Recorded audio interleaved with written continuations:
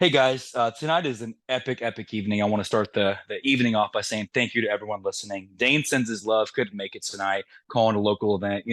They always call on Dane to do the play-by-play. He's a little bit more neutral than I am. I get a little more passionate. So Dane is calling some games tonight, but that's okay because it gives me a chance to do what I love. I love the studio work. And our guest coming on tonight, I'm going to tell you a story. I'm prepping one day, me and the kids are sitting around the house. I'm like, you know what? I just saw this episode with Casey, our guest for Man versus Food, where he was able to drop like this gigantic omelet. So I went to the store, I bought a 24 pack of eggs. I want to knock this thing out. The girls are sitting around, have a little bet. I told my kids if I do this, they have to clean the house. If I lose, they get some free like Sephora, some fancy perfume or something. So I get like 24 eggs in, sit down, set a timer. I get about 5 bites in, I'm done. I'm like, you know what? Forget it. I'm retiring. I got maybe 2 eggs in and I'm done. This is never going to be me. I thought I could do it because I saw somebody cool, my hero Casey, do it. Thankfully, that's something that I will never be able to do. We'll leave it to the pros, which brings me right down to it. And the guy that I can't tell you enough how much he's done to inspire me, entertaining. This guy loves people. He loves everybody around him. There's not a person on the planet where if you don't know Casey Webb, all good things to say. Let me get right down to it and bring on the man of the hour, Casey. How you doing, my friend? Woo! Thank you for that intro. That's a lot of eggs. Man, 24, dude. I got about three in, man. I was like, I'm trying to be Casey, couldn't do it. So you're the goat, dude. Yeah, I could crush the eggs. It's the pancakes that I had trouble Right. with. It's Yes, it's sir. always the bread. The bread is always. I look like I eat a lot. It's just once No. those carbs hit, man, I'm down. If you watch all the episodes, and there's 90 of them, most of the ones that have any sort of like heavy carb, I'm out. I'm just not Yeah. gonna. So if you got I've seen him. if you got any Vegas bets going on, like just So bet on food for the carbs. I love it, dude. There's a conspiracy. We've actually talked about this. Me and some foodies Oh, that love the show. I'm curious. Now tell me if I'm wrong. Every intro, okay. when you see the guy punching the burger, it's boom, boom, boom. We have bet on if the burger gets knocked down that you actually succeed. Is that true, or can you not tell me? Like if you knock the burger and a layer of the burger gets knocked out of the intro, boom, boom, boom, and you succeed. Is that true, or is that? I love it. There's chatter about this. Yeah, Chatter it's about the cheddar conspiracy. burger. Yeah. I I I can't tell you. Okay, got you. No, I don't. I don't think it's any different. Is it I different? love it. I, Is it I, different? I've seen probably Oh, 70 episodes because I've watched most films over time. If you can, I'm sure. like, I It's a lot of swear every episodes. time, yeah, man, but I swear every time the burger gets knocked down, I feel like you win. I'm like, he wins every time the burger gets knocked down. So it's a Dude, that might conspiracy. be that might actually be something that I don't even know about because they don't tell That's me cool. any, I'm just the guy that shows up and eats the food. So I love it, man. Well, again, thank you, Casey. It's an honor to have you. I know you're a busy dude, thank so you. I'm gonna jump in these questions. When I look at what you do, as you're an amazing chef. Like I've seen some of the things you do. You're a foodie, obviously, Man versus Food. Love it. Literally one of my favorite shows of all time. But looking at what you've done, man, from this juggernaut of a show and your foodie following, people love you for the what you do. Take me back, man. Maybe your first like stab at being a chef, or your first round of a foodie. Maybe you're a blogger. When did all this begin for you? The love for being a foodie that you are now, if you will. So really, it started in the kitchen with my dad. Like my parents both were they're both New Yorkers. My dad has since passed, but my dad really he's put a spatula in my hand and taught me how to make eggs as a kid. And there's a picture that's floating around me holding like two sunny side up eggs. And my dad was actually taking the picture. And, I think he did that for two reasons. One, to teach me a skill, teach a man to fish, he'll never go hungry. And then so I wouldn't burn the house down. So Right. I was attempting to make eggs. So it Love was it. really his love, like him teaching me something, like him and I having that moment. And everyone corrals around the kitchen. I don't, no matter whether it's a holiday or having friends over, we are always in the kitchen. I have an older brother, just me and my older brother, and we were just always big eaters. And he's tall and thin and like ripped. I'm like the shorter, chunky, huskier guy. And we just spent a lot of time in the kitchen. So I think it was like watching my mom cook, my dad teaching me actually how to cook. And then like my first job really was washing dishes in a pizza place at 14. And Wow. Okay. that really, I got to see how things work in a kitchen. And honestly, like I didn't go to conventional culinary school. So, I appreciate you calling me chef, but I I learned how to cook. I worked in kitchens. I never really commanded a kitchen like a chef would, but I worked a lot in kitchens for a long time, Love it. and that my way around the restaurant. But I really feel like very much like my food life and later my acting life, because I'm an actor that Yeah. found my worlds collided with Man versus Food. I was working in restaurants and I was acting. And then with Man versus Food, I got to do both, right? So I really cut my teeth washing dishes. And I'll get back to that in a second. And then I did some vocational culinary Yeah. and then literally working in kitchens and learning from other people. And then with Man versus Food, 90 episodes, right? We mentioned 90 episodes. Yeah. Every episode has 3 restaurants. That's 3 different people that I got to Mm. learn from in their kitchen. And that was super powerful, from Leah Chase in New Orleans at Dookie Chase to, like you name it, there's all these like really profound kitchen moments that I had. And I really, by proxy, I think I almost felt like I went through culinary school without actually doing Yeah. years back to back. I did 90 episodes in 280 some odd kitchens. So Ooh. chefing is a whole other category. But it's funny washing dishes as a kid, like in a pizza place, very busy, right? You got the sub guys, you got the pizza guys, and then you got the delivery guys, and then you got me washing dishes and folding boxes and doing all that. But it was such a network of just busy. And Right. like I really got the feel of what a restaurant is. Like you never walk out of the dining room without something in your hand. You never walk out of the kitchen without something in your hand, right? And the guy was making pizza was physically one guy. He was there every day. I think he had like tattoos, and I was like 14. He had like rolled up Marlboro cigarettes in his shirt. He had a Yeah. bandana, Fu Manchu. I was like, oh, I aspired to be that guy. And then the drivers were all like derelicts, and just characters. And the sub guys were a totally different class of people. They were, they didn't want to be pizza guys. They wanted to be sub guys. So it was really the personalities behind the in the profession that like I was hooked. I was like, I love these characters because like I was like a husky kid and I was awkward and like insecure and like it really I felt like I fit in. I Yeah. really felt like I Yeah. fit in and like I learned that, in if the dish room gets backed up, you're screwed. Not only will they won't give you any pizza, it's like it's just everything gets backed up, so there was valuable lessons there. And then I would learn that. I would take that with me. I worked production for a long time. I worked as a PA for a long time, production assistant, and I was juggling acting and restaurants and PA and I had to make a decision. And then I decided acting, and I was bartending for a long time in New York City.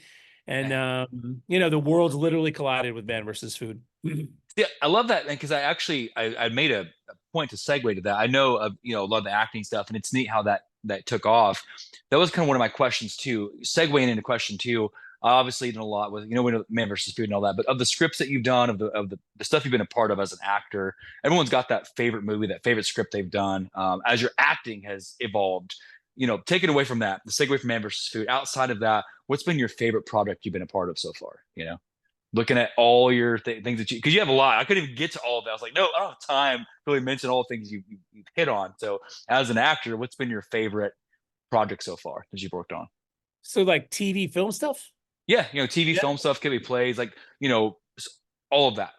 I'm very much, sure I play for Man versus Food. I'm a host. It's just me, right? But Right, there's 20 people that make that show work. So it's definitely you might not see the ensemble, but it takes a village to make a show like that. right, So I'd have to say, it's a sum of all the parts right, that I right. really like, because I have some really incredible moments where, just of experience. Like I was, I auditioned for Boardwalk Empire a bunch of times and I got really Yeah. close. I was literally in the studio in Brooklyn and I walk in and it's the casting director, who was, uh, um, I'm just forgetting her name at the moment, but I walk in and the casting director's there also with Terrence Winter, who is the Wow. creator of Yeah. Boardwalk Empire. I didn't know he was going to be in the room, and it was like, oh my God, I didn't get that part, but I wound up getting a part in Boardwalk Empire where Right. I get shot in the face by Al Capone, like no Yeah. speaking lines, but it opened up It's the all season. good, man. It Yeah. was in the trailer for that season, so Yeah. it was like I got to see how HBO worked. I was like behind. I was like there was 100 people. There was extras. these period piece cars. We were underneath the Williamsburg Bridge in Brooklyn. And I was like, oh my God, this is HBO. This is like major money, it's like Right, major right. money. And you saw how those things worked. So, I was very fortunate to be part of a couple different theater companies in New York City. One of them was the Collective, and then the other was the Actors Theater Company. And each group was just doing significantly kind of different stuff. One of those, it was a group of people that went to William Esper Studios, which is the Collective. And that was like community for me. And Amy Schumer is one of the founding members. That's And cool. a lot of us we auditioned a lot for Inside Amy Schumer and then any of her movies that she was doing. Mhm. And then the first season of Life in Beth, she's in the second season now with that's on Hulu.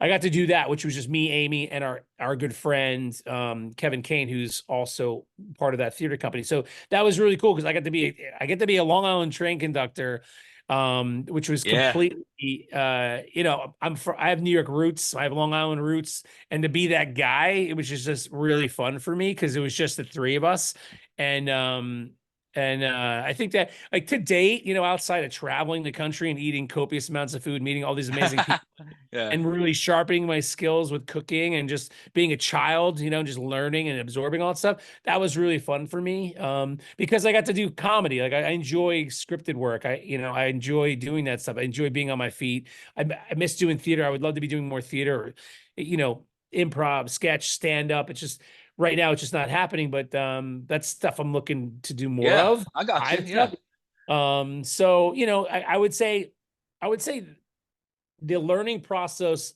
of getting me to Get Man versus Food were these little, like I was doing so early in my career. I was doing, like, I would book a voiceover and it was just my voice, and then I would book like dog food commercial for Beneful, or I did Yeah. Budweiser, Sam Adams voiceovers. And then I would do a commercial, and you didn't hear me, but you saw my face, and I was like, when am I going to actually break through where I'm talking on camera? And I'd been working production, so I got to really learn on the job. Like I never really took any formal training for. I did speech and singing and stuff like that. I trained with the coach, but like I really got to learn on the job with voiceover stuff and auditioning. Because you really you learn.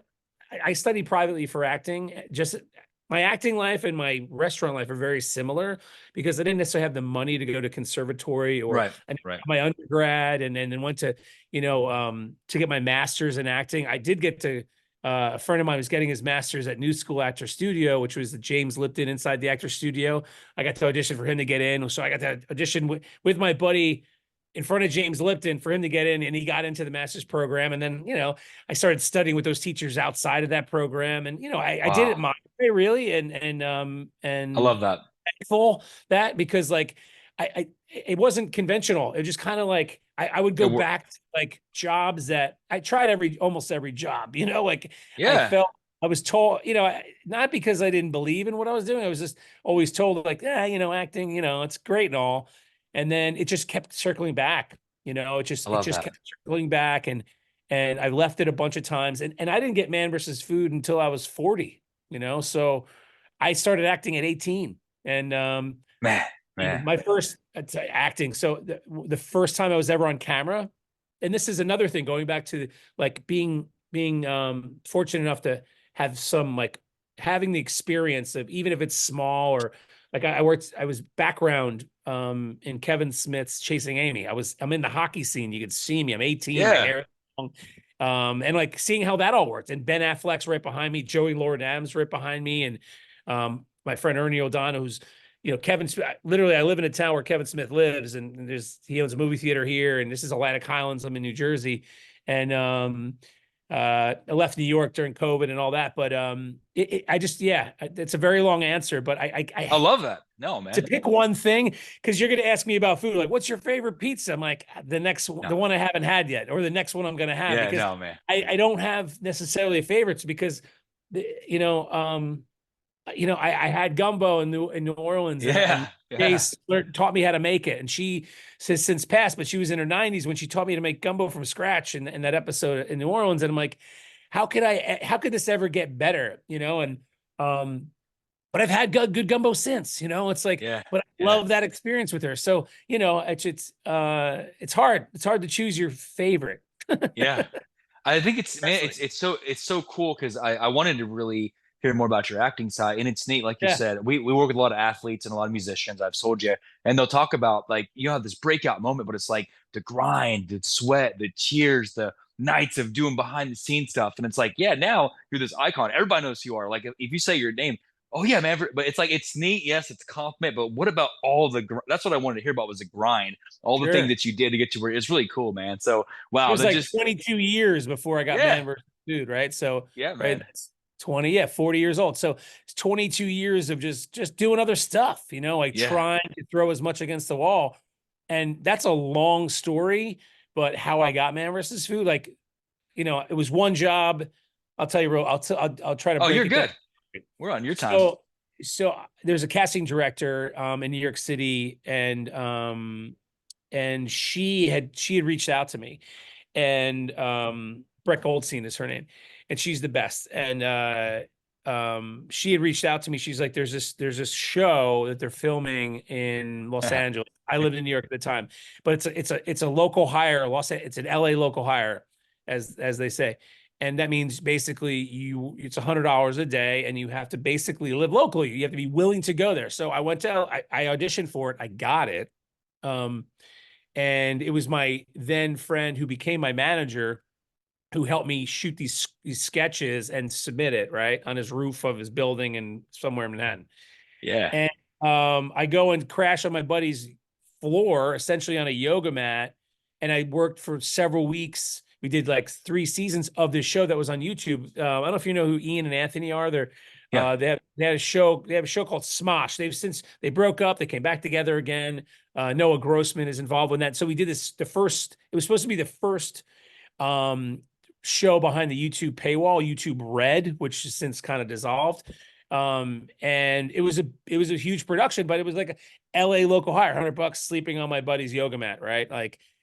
But that relationship with that director led to her friend who was a manager who became an agent and at Don Buchwald in New York City. And Don Buchwald himself is Howard Stern's agent. And this guy, Conan Smith, and I, who's an agent, we hit it off. And I pitched a couple of shows to him. I pitched a food show, which I had this idea rattling around in my head because I worked in restaurants.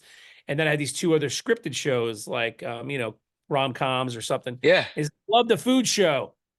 And then, he's like, go film me a proof of concept. So I go out with my friend, and it was called America's Sweet Tarts. And it basically, my friend was just, she's gorgeous. And it was me. So it was like Beauty and the Beef, Um, I and love it. so it was essentially all things like all things like leather and grit and tobacco and whiskey was like she loved that stuff. Or you thought that she loved that, and then it was all like foie gras, champagne, and I love that stuff. So it was like you would think that I would like all the whiskey and Yeah. Yeah. and all the barbecue, but it was like flipped on its head. Anyway, while we were filming that, and just like really crudely, on like a digi camera, he calls me. He's like, "Hey, I got this audition for this food show, this new food show. Do you have any interest?" And I was like, "Yeah, man, I'm filming this proof of concept for you to maybe pitch it to do." And so that show is called Big Eats, and Yeah. Yeah. I was That's like, very "Oh, Big Eats." I was like, "Big Eats. Okay, that sounds a lot like Man versus Food." Turns out it was Man versus Food, but they didn't tell. The show had been off the air for 5 years, and right. so Right. they couldn't tell me what it was going to be Man versus Food. So, cut Man. to yeah, I've I've so like the one job led grind. to another job led to another Yeah. job because I was willing to go to LA for $100. It was just like I was saying yes. Like there was a point in my life where I was like, no, I can't, no, I can't. I was knowing myself, like and owing myself, and I realized it was affecting a lot of like how I walked in the room when I auditioned. I'm like, wait, I'm the same person. Like, why am I angry as a bartender and like happy as an actor? I was kind of lost. It was in a place, and then I went through a breakup in a relationship, and from that point, I was just like, I'm doing this thing, and I was Yeah. like the happiest bartender, and like I started booking. I started booking a lot, and because my attitude shifted, and that just opened the door for so many things. That and I shaved my beard off.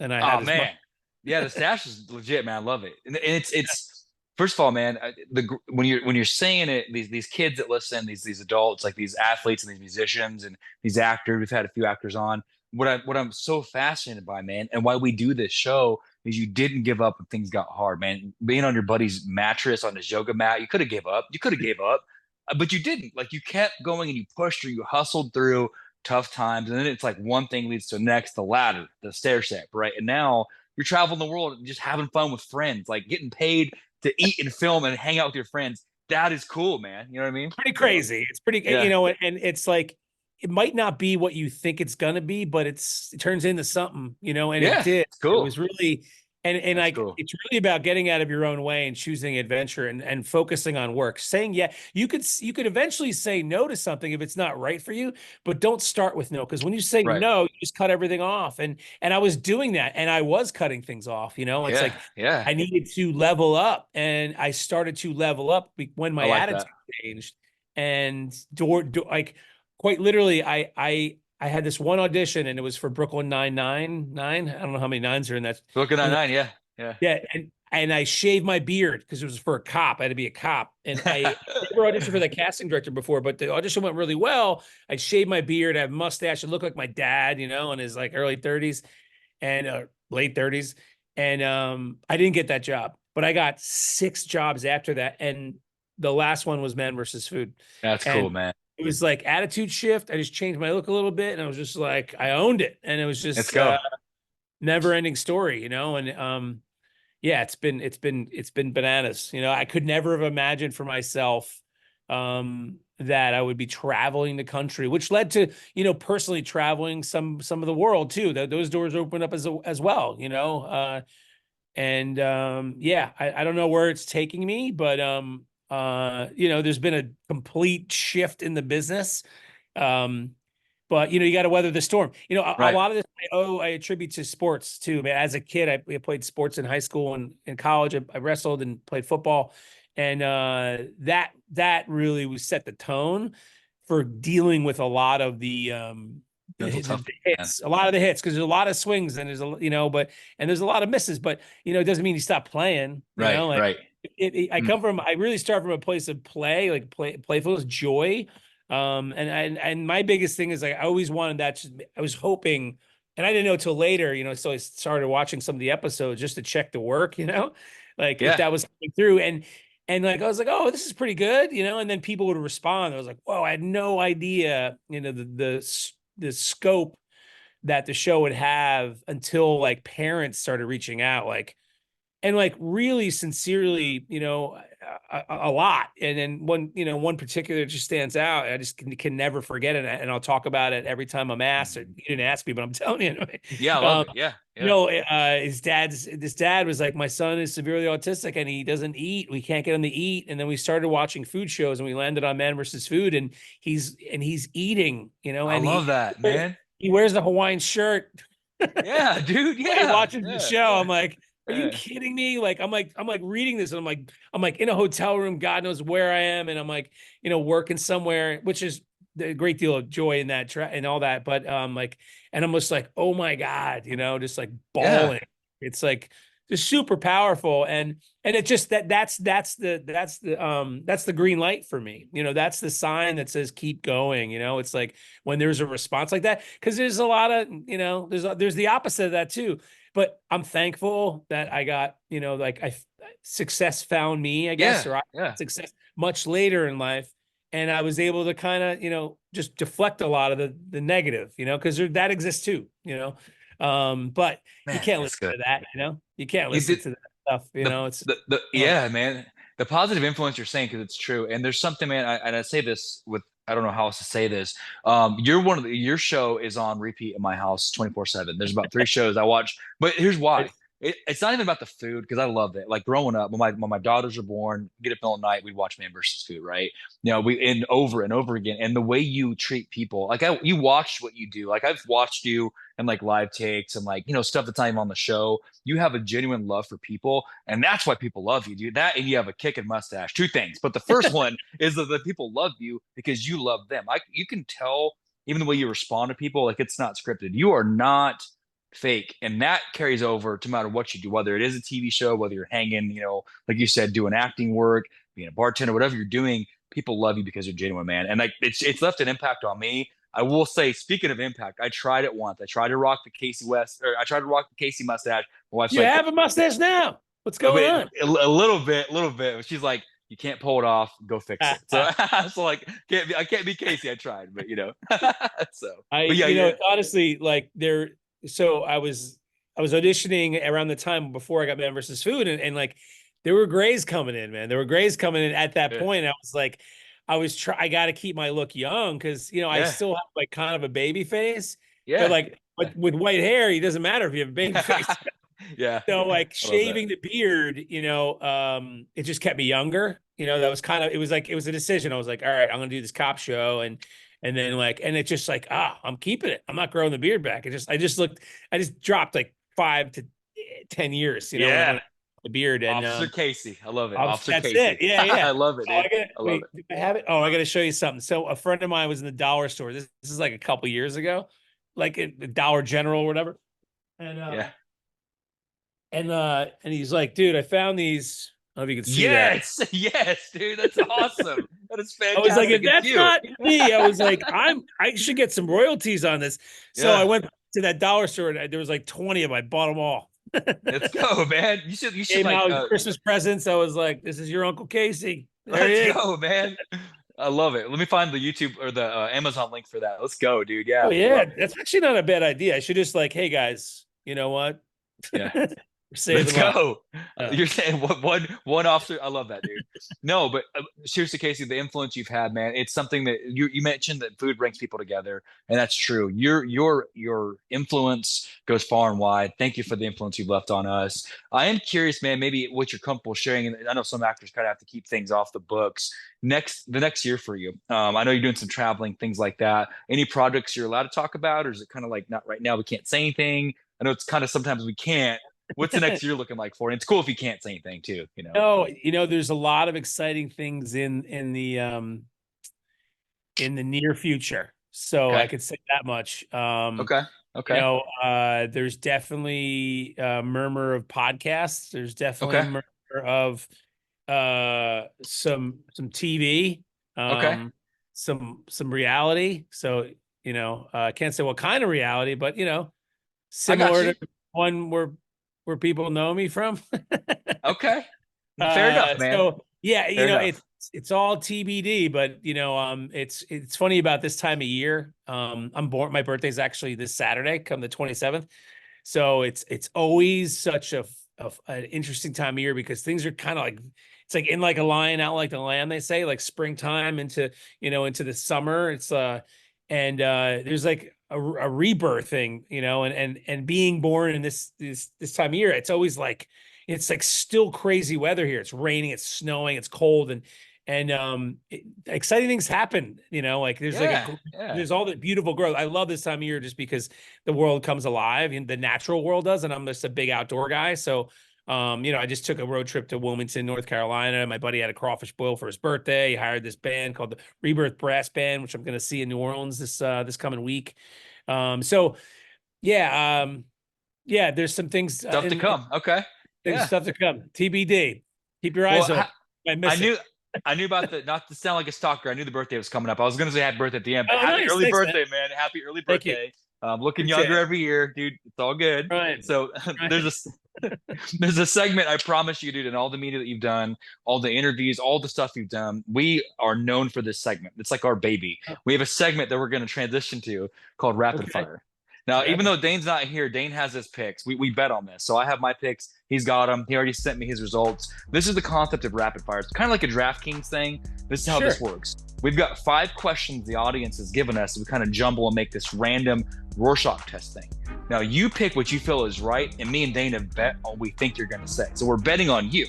We Oh. have the picks, and you go with what you feel is right. And there's no wrong answer. Okay. So Okay. Is it in a this one-word answer? It's like well, you're gonna have 2 choices. I'm gonna give you 2 choices, and you pick one of the 2. Like you pick what you want to follow. Okay. And in this segment, time doesn't exist. You can go back in time. This is a Rorschach test of Casey's personality, and you go with what you feel is right. Okay, Oh, ready?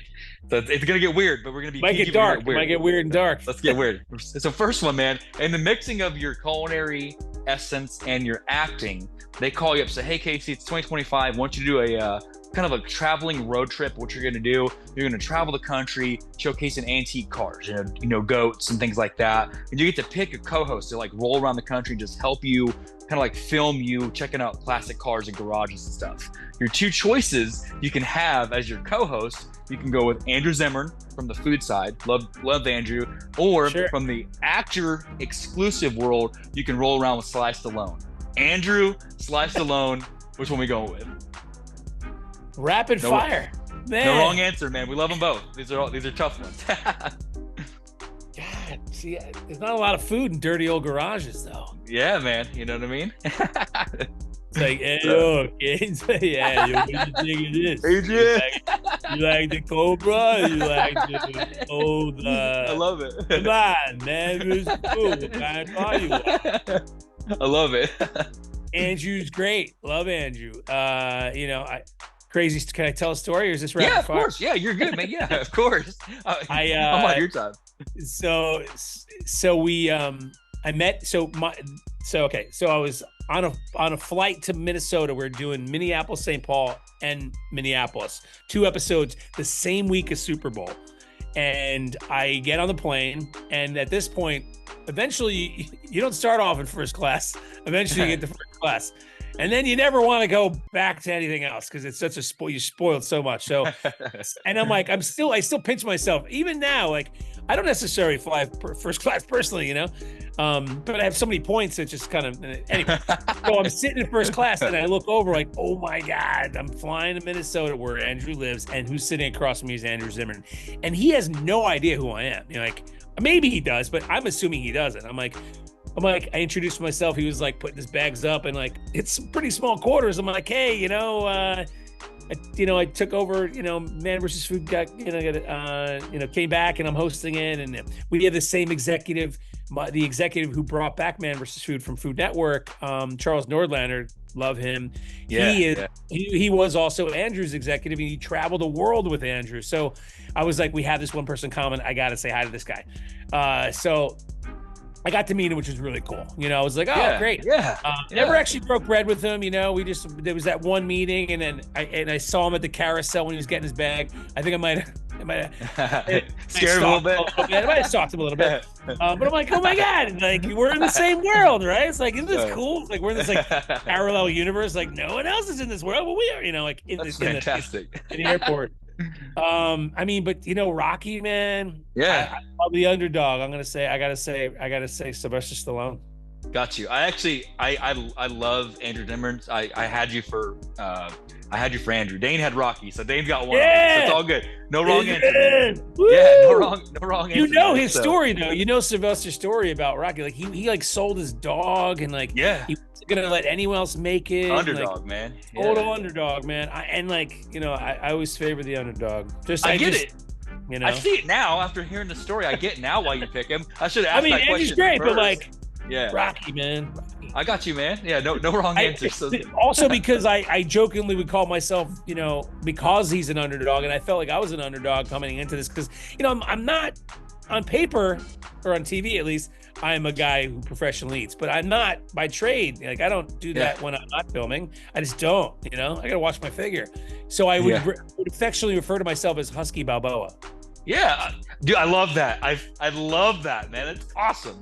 Because my handle is Husky for life, and then you just insert Balboa, it just makes sense, So Adrian, let's go, man. No, let's go, dude. So second one, I appreciate you expanding on. I was hoping you would. I was hoping you'd improv a little bit. So I don't shut up. And I love it. Trust me, I'm on your time. It does not. I love it. So second question, a little bit of a different. They want you to host. These people, they ask some crazy questions. So they want you to be a host for a night for Jeopardy. Okay, you're gonna fill in for the night. Casey Webb, your style. Here's the thing: you get to pick however this works. Your entire question set for the night. You get to decide. Your questions for the night are either about Axl Rose and his body of like lyrics and work, where you get to talk about different types of onions. This is interesting. Axl Rose or onions Jeopardy edition, like different types, Axl Rose onions. What's your content going to be about for your episode of Jeopardy? Which one do you go with? Wow. That's a tough one, man. That's a tough one, man. I mean, there's a lot of onions, but Yeah. Growing up in the 90s, as I have, but wait, this is a crazy story. I love it. Let's hear it. Well, I love it. I'm sure. Recently, this year, 2024, I got my phone exploded. Like, dude, your question on Jeopardy. I was like, yeah, it happened in 2019. I was a question on Jeopardy 2019. There's two of them. It happened twice. So Let's twice go, man. Jeopardy. There's two questions. Dude, I was like, wait a second. I was like, nah, it's the one from 2019. Like, no, it's a totally new question. So crazy that you say Jeopardy. My only affiliation with Jeopardy is watching it until a question. I was like, dude, this is bananas. My phone exploded. But I mean, I love onions. I got three different. I got a variety of them over here. But growing up, dude, being a music fan and like, especially Guns N' Roses fan and Axl Rose. I'd rather be all Axl Rose. Axl Rose has a soiled. Are you 0 for 2? I am 0 for 2, dude. I am 0 for 2. I can't believe this, man. Like, you're just assuming. Well, you realize it's man versus food, so I'm fighting food all the time. So like, I know, dude. Not gonna always shoot food. Well, I was looking at, because of your comedy side, I was looking at, like, I thought you might have like these nuanced questions, like peel back the layers of the onions and like let's deep dive into like the heart of the matter. Like, I was getting real deep. I can do that too. That sounds fun. I got in my own head, man. It's all good. So there's no wrong answer. So next one, this is a transition. You're going back in time over 2,000 years ago. Check this out. You're going back in time 2,000. Yeah, a couple years ago, over 2,000 years back in history. You're gonna go back to the day where the Lord fed the 5,000 with the fish and loaves. Okay, check it out. You're there. And he's like, yo, Casey. He's like, Casey, check it out. I want to try something. I don't think they're going to like fish, and they're not going to like fish and bread.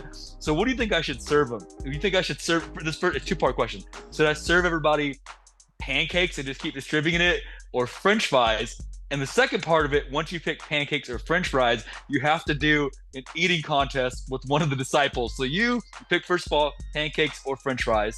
Figure that out, and then you have to go against Peter in an eating contest. Which one first? It's two-parter on this one. Pancakes or French fries?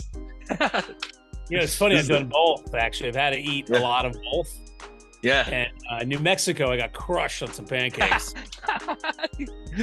And I think it was Pittsburgh. I got crushed on fries. It was like the last thing I had to eat. I couldn't. Was it Pittsburgh? I watched that one. I watched the fries. Pittsburgh. No, we actually won. No, it was another, wherever it was. God, what do I don't think I've eaten pancakes in a while. So it's a crazy question. I gotta eat pancakes or fries. Yeah. So the Lord is gonna unlimited pancakes or fries. He's gonna distribute it first and foremost. Our Lord and Savior is gonna distribute either a lot of pancakes or a lot of fries.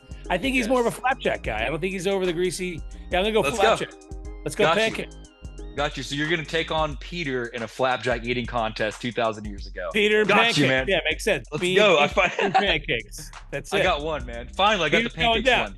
Peter's going down. How cool would that be, that episode? Like, if that could go back in time, that'd be an epic episode. Just saying.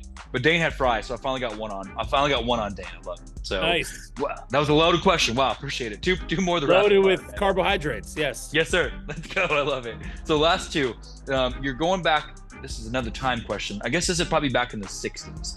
You're sitting around, you're kind of on this board of like, you're a think tank. You're in a think tank, and your job is to come up with products and make things. You're responsible for making things, okay? And you get to be the inventor. Casey Webb gets to be the inventor of one of these two iconic products. Check it out. You can be responsible for inventing the Light Bright. You can be responsible for that. Or Casey Webb can be responsible for inventing the Etch-a-Sketch. Light Bright or Etch-a-Sketch, yours. Which one would you rather be known, if you could, for inventing? They're both like gone, right? Like you only go to like Goodwill, like, those, right? Or like eBay or something, man. Or eBay. Yeah, but in the 80s, man, they were kicking, man. They're both kicking. They're both probably neck and neck in popularity, So do I want to be known for making the Etch-a-Sketch or Light Bright? I had both as a kid. Yeah, me too. Me too. We totally had both. Like, And Yeah. it's funny about my brother and I, we smashed everything. Everything broke, broke everything. He would like body slam me on all of it.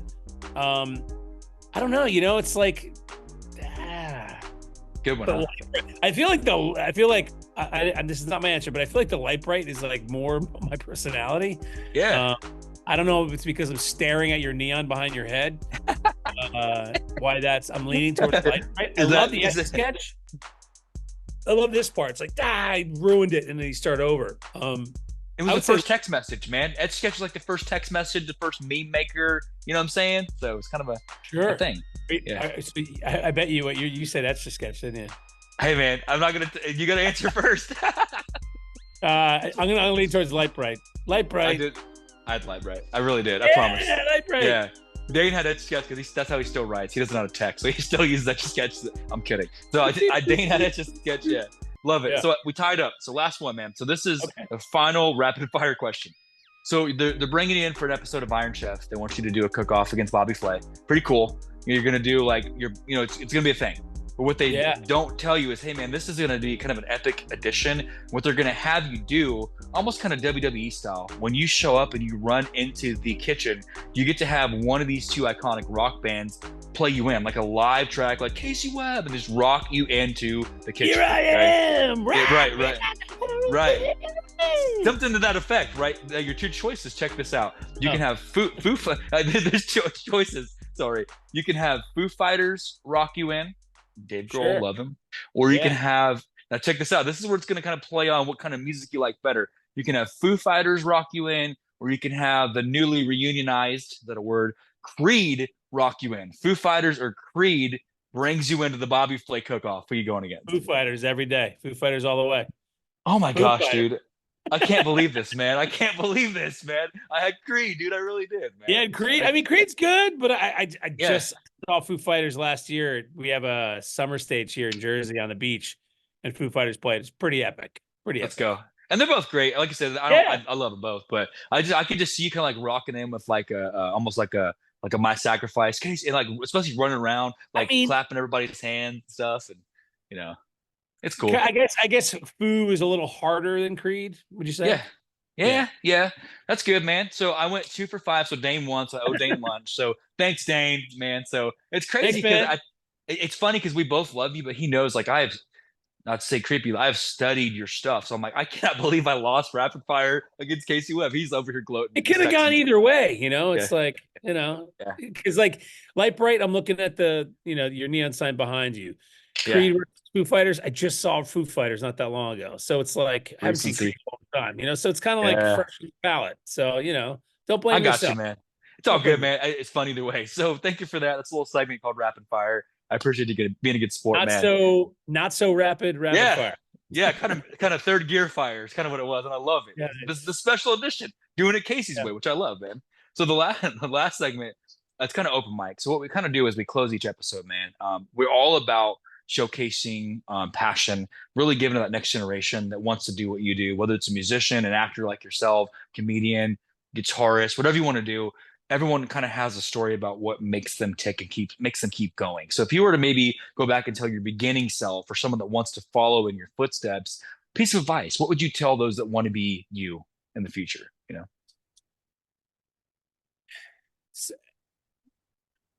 The biggest thing for me, and this is something my father taught me, and because I was just like a very overactive kid, like diagnosed ADD, but my dad was like, there's no way I'm putting my son on medication. He's like, we're going to figure out a way. And call it meditation, call it prayer, call it, come stillness. When I was a kid, my father turned me on onto meditation. Essentially, we grew up Catholic. But before games, he would have me, and this is kind of a route to the answer, but he would have me sit down and he would have me envision the football game or the wrestling match, every game, every match. And so that I've taken with me because I was seeing myself. It allowed me to see myself succeeding, but even before I stepped on the field. And so a lot of talk of that today, manifestation, visualization, and you could, and it really, you could some people call it the angels, some people call it your heart or the inner child inside Yeah. that voice. So it's becoming more in tune with that voice, the one that Mm. guides you, and and I call it your gut and your heart. You're right, because your mind is just a motor, right? That's a great way to, it's problem solving. It's there's your intelligence is there, but your heart and your gut will never lie to you, right? Mm. And so Mm. it's really about paying attention, listening to that, and then once you have that practice of stillness is a big thing. Meditation is a big thing for me. Yeah. Becoming Yeah. quiet, becoming still. And so you can actually hear. Because if there's a lot of Hmm. noise, there's a lot of chatter in your life, you're not going to be able to hear that voice that wants you to succeed, that's Hmm. there for you to succeed, that is kind of your guide, and it's knowing that, understanding that, having that practice of becoming still and becoming quiet, and then focus on the work, whatever that work is. Like Mm. find whatever that thing that drives you, because oftentimes, you'll stumble upon the thing that you'll wind up doing for the rest of your life or part of your life. Whether you have your journey could be rocky and you could go many different places, and or it could be very clear, and I think there's clarity in becoming quiet. And then once you become quiet, that thing might become, will make itself available. And then Yeah. really, Manifest. big thing Yeah. I tell myself is focus on the work and everything else Mm. will be there. So it's a task at hand. If I have an audition, like I've been auditioning a lot for all kinds of stuff. And it's really like I shut everything out and I just focus on that. I focus on the work and I don't Mm. think about it. I don't judge myself. I don't, I just, and we all do that as human beings, but it's really, it's focus on the work because I love nothing that. else. Yeah. Cause it's free of the chatter. It's free of doubt. It's free of, um, the negatives. It's just focused on what the task at hand is. And then, because that I helped love me as that. a kid, like, because I was all over the place and I still kind of am, as you can tell from this Oh, it's interview. good, man. Love it. Love it, man. There's inspiration everywhere. So, Yeah. find the thing that, that drives you and then just drive that thing, We to have the, we coach, we still coach, and there's a saying, I can hear the sports still coming out of you. The sports, it just pumps out of you because it's kind of, we have a saying called win the day, right? And it's kind of what you're saying is focus on the day, focus on the work. And I even think back to when you spoke about at the beginning, man, like those days, the grind of sleeping on your buddy's, couch to where you are now, you never lost faith. You never lost faith in yourself. And one of the things I love about you, man, this is the way I'm saying this. I love that you rock who you are. That's why we are so inspired by it. You're not trying to be someone that you're not. Casey, you got the cool mustache, the Hawaiian shirt. You rock, but you rock who you are. And people love genuine in this world, man. There's too much non-genuine people, and being the brand, your brand is you. And people flock to that. So there's something to be said about, you said, I'm going to do it my way. I made a page of notes. I have a page of notes. That's what I was doing. And you said, I did it my way, kind of quiet through the storm. You never lost faith in yourself, even if the system that you were in, like, oh, I got to change up my plan, my game plan. You knew the whole time the confidence of what you had, man. And that's awesome. The confidence that you had in yourself. No wonder people love you. No wonder it's paying off. So it's very evident. It's very nice of you to say. And there are periods where it's not so clear, so it's really, again, focusing on the work and having practices, having things in place, having a plan. And Hmm. a big thing for me is when you wake up, get out of bed, make your bed. Like Yeah. routine is a big part of that, and because you can lose your way very easily, Mm. especially in a business, it can be very unforgiving, but you have to, surround yourself with people Mm. that lift you up when you're down, and be that person, being that for that person that does that for you too, like, support systems and community is huge. And, because you could do it alone, but it's not as much fun.